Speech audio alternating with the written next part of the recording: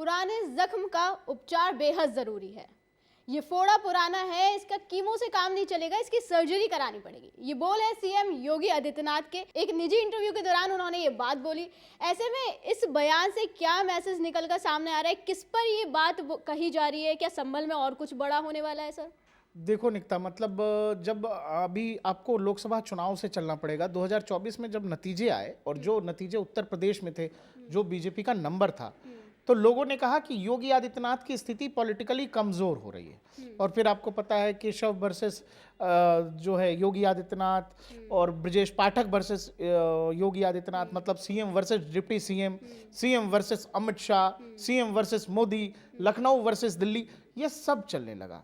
और बताया गया कि भाई जो टिकट बंटवारे हुए लखनऊ में, उत्तर प्रदेश में, उन पर बातचीत नहीं की गई, मतलब योगी आदित्यनाथ की राय नहीं ली गई। और इस पूरी कहानी के बाद लगातार ये नैरेटिव सेट किया गया। और उसी दौरान आपको याद होगा दिल्ली के सीएम अरविंद केजरीवाल तब के, उन्होंने कहा था कि ये मोदी जी तो योगी को हटाने वाले हैं।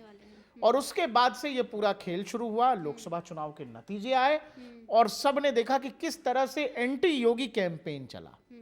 योगी आदित्यनाथ लेकिन वहां रुके नहीं और वो बहुत एग्रेसिवनेस के साथ आगे बढ़े, वो चाहे लखनऊ के अंदर हो या लखनऊ दिल्ली रिलेशंस को लेकर के हो। और उसके बाद अचानक आपके उत्तर प्रदेश के उपचुनाव आते हैं, दिल्ली में एक बैठक होती है, संघ के बड़े अधिकारी और केंद्रीय लीडरशिप बैठती है, बकायदा योगी आदित्यनाथ को उपचुनावों के नतीजे वो जिम्मेदारी दे दी जाती है। और 9 विधानसभा सीटों पर फिर जो नतीजे आए दुनिया ने देखा है। अब योगी आदित्यनाथ को पता है कि 2027 तक उनको पकड़ने वाला कोई नहीं है। मतलब पॉलिटिकली ओपोनेंट जितने भी थे, उनको पिछले 6 महीने में राजनीतिक तौर पर योगी आदित्यनाथ जवाब दे चुके हैं। वो जवाब उत्तर प्रदेश के उपचुनाव में भी मिले, जब 9 में से 7 विधानसभा की सीटें बीजेपी जीत गई। उसके अलावा अब जो संभल में हो रहा है, संभल में क्या हुआ? संभल में सर्वे टीम जाती है मस्जिद के सर्वे के लिए। पहला सर्वे बहुत आसानी से हो जाता है, दूसरे सर्वे के लिए तब जाती है जब कुंदरकी के नतीजे एक दिन पहले आए होते हैं, अर्ली मॉर्निंग। और वहां क्या होता है? वहां पत्थरबाजी की घटना हो जाती है और वो पूरी कहानी सबको पता है। कोई और गवर्नमेंट होती, कोई और सरकार होती, तो शायद ये लग जाती कि इस मामले को कैसे भी दबा दें, खत्म कर दें। योगी आदित्यनाथ प्रशासन ने क्या किया? जिसने पत्थरबाजी की उन सब की शिनाख्त की गई, बाकायदा पोस्टर लग गए कि, और जबकि पॉलिटिकली पूरे देश में इस बात की चर्चा होने लगी कि कैसे मस्जिदों के नीचे मंदिर खोजा जा रहा है, क्यों सर्वे टीम जा रही है। आपको पता है सुप्रीम कोर्ट ने रोक भी लगा दी बाकायदा कि भाई निचली अदालतों में मंदिर मस्जिद से जुड़े किसी तरह की कोई सुनवाई नहीं होगी। उसी दौरान उत्तर प्रदेश की पुलिस ने क्या किया? बिजली चोरों को पकड़ने गई और वहां मंदिर मिल गया, रानी की बावड़ी मिल गई और सब कुछ। वो पूरी कहानी आप जान रहे हो।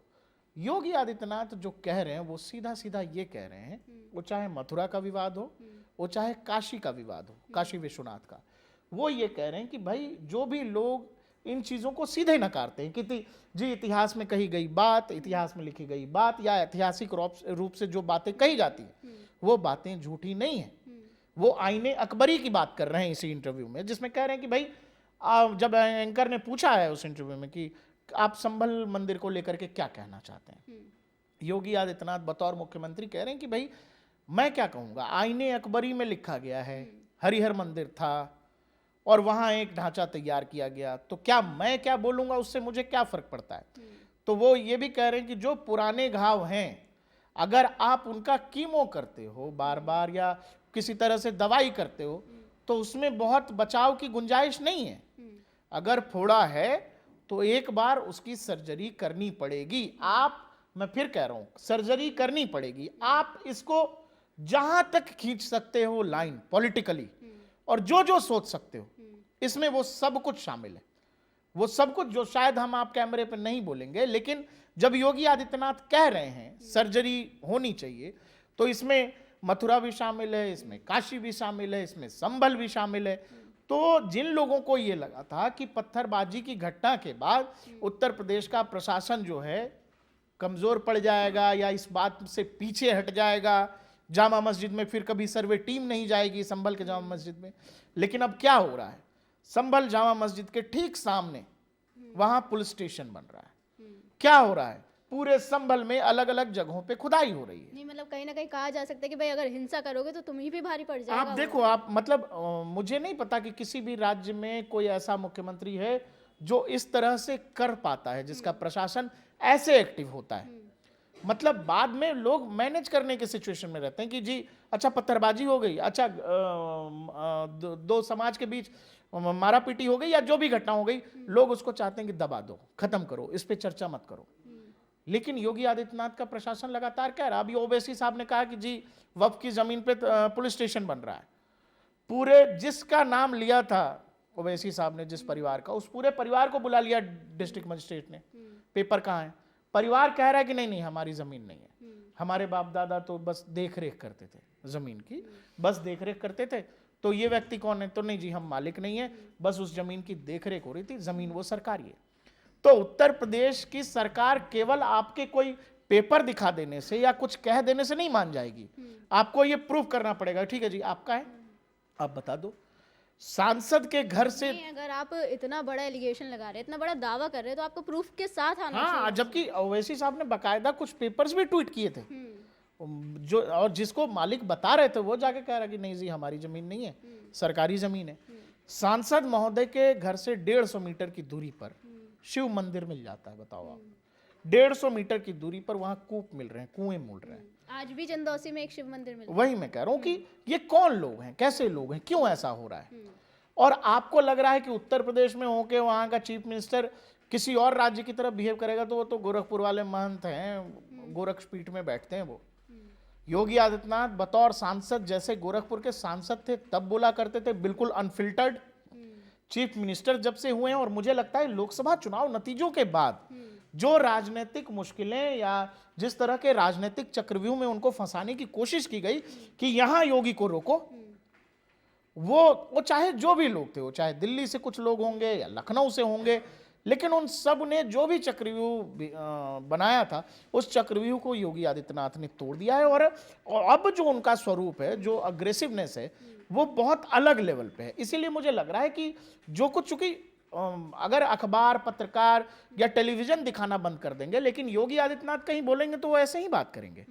वो संभल की घटना का बार बार जिक्र कर रहे हैं। आप देखो कि महाराष्ट्र या हरियाणा में चुनाव नतीजे बदले या चुनाव में जो नैरेटिव सेट कर रही थी, अब तक विपक्षी पार्टियां कर रही थी ना, संविधान खत्म, लोकतंत्र खत्म, ईवीएम में गड़बड़ी, सब कुछ उनका चल रहा था। लेकिन जब योगी आदित्यनाथ ने कहा कि बटेंगे तो कटेंगे, उस बात का जवाब नहीं था उनके पास। उस बात का जवाब विपक्ष न महाराष्ट्र में दे पाया, न हरियाणा में दे पाया। दूर दूर तक बटेंगे तो कटेंगे। हाँ, मतलब उस बात को खुद प्रधानमंत्री ने अपना लिया, उन्होंने दूसरे तरीके से, थोड़े सॉफ्ट तरीके से उस बात को कह दिया। तो ये बात आपको ये माननी पड़ेगी ना कि बीजेपी के अंदर उत्तर प्रदेश में एक ऐसी लीडरशिप तैयार हो रही है योगी आदित्यनाथ के रूप में, जो अब सेंट्रल फोर्सेस को भी ये बता रही हैं कि नहीं जी हम जो लाइन ले रहे हैं वो बहुत अटैकिंग हो सकती है, लेकिन उसमें दम है राजनीतिक तौर पर। और 2024 में जिस तरह का नुकसान, जो पार्टी 400 पार का नारा दे रही थी, वो पार्टी 240 पे रुकी। तो असेसमेंट तो सब करते हैं, तो ये असेस तो किया ही होगा कि चूक क्या हुई है। तो उस चूक के बाद जब योगी आदित्यनाथ इस रूप में आते हैं, बांग्लादेश का जिक्र करते हैं, और उसके बाद से जब अपनी बातें इस खुले तौर पर कहते हैं, तो लोगों को ये बात समझ में आती है। चौक चौराहों पर लोग इस बात पर बात करते हैं कि एक पॉलिटिकली दिए गए बयान में कितना दम है या नहीं है। फिर लोग उसको खुद ही बांग्लादेश से, पाकिस्तान से या बाकी जगहों से जोड़ते हैं, तो लोगों को इस बात में यथार्थ दिखता है, सच्चाई दिखती है। और यही कारण है कि हरियाणा का चुनाव बदला, या फिर यही कारण है कि महाराष्ट्र में वो नैरेटिव चला और विपक्ष का संविधान खत्म, मोदी हिटलर है, लोकतंत्र खत्म हो जाएगा, ये सब झूठ फिर से नहीं चल पाया। इसीलिए योगी आदित्यनाथ जब कह रहे हैं कि भाई सर्जरी की बात, इसको मैं बहुत हल्के में नहीं ले रहा हूं। योगी आदित्यनाथ ने जब कहा बटेंगे तो कटेंगे, वो भी किसी ने हल्के में नहीं लिया। आप ये देखना, ये कल को, आज का इंटरव्यू है, ये कल सभी जगह अखबारों में छपेगा, ये या शाम तक सभी जगह आपको दिख जाएगा।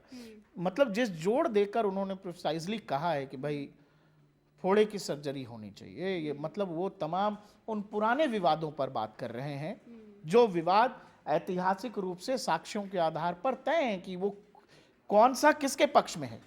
बावजूद इसके लोग नहीं मान रहे खुले तौर पर।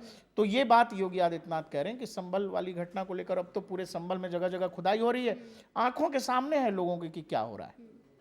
वही कहा तो ये भी जा रहा है कि लोकसभा चुनाव का बदला, आधा बदला तो योगी बाबा ले चुके हैं उपचुनाव के नतीजों के बाद। हाँ मतलब राजनीति में बदले जैसा मुझे नहीं लगता कुछ होता। हाँ मतलब हार जीत तो होती है, शहमात तो होता ही है, पॉलिटिकली तो देखोगे तो। मिल्कीपुर उपचुनाव आ रहा है, 5 फरवरी को उपचुनाव होने वाला है, तो उसको लेकर ये बात। हाँ हाँ कह सकते हैं। और मुझे नहीं लगता योगी आदित्यनाथ अपना स्टांस बदलने वाले हैं। जो उनका ये एग्रेसिव रूप आप देख रहे हो, अब ये बढ़ता ही जाएगा निकता 2027 तक। जिन लोगों को लगता है, देखो ना, जो भी लोग उस पत्थरबाजी की घटना के पीछे होंगे, उन लोगों को राजनीतिक तौर पर सोचना चाहिए कि वो लोग एक तरह से योगी आदित्यनाथ के लिए, उन्होंने योगी आदित्यनाथ को एक खुला मैदान दे दिया है राजनीतिक तौर पर खेलने के लिए। और संभल में अभी बहुत कुछ है जो निकल करके आना बाकी है। ये इतिहास की किताबों जैसा नहीं है कि कोई पढ़ रहा है, लोग आंखों से देख रहे हैं नीचे से निकलते हुए।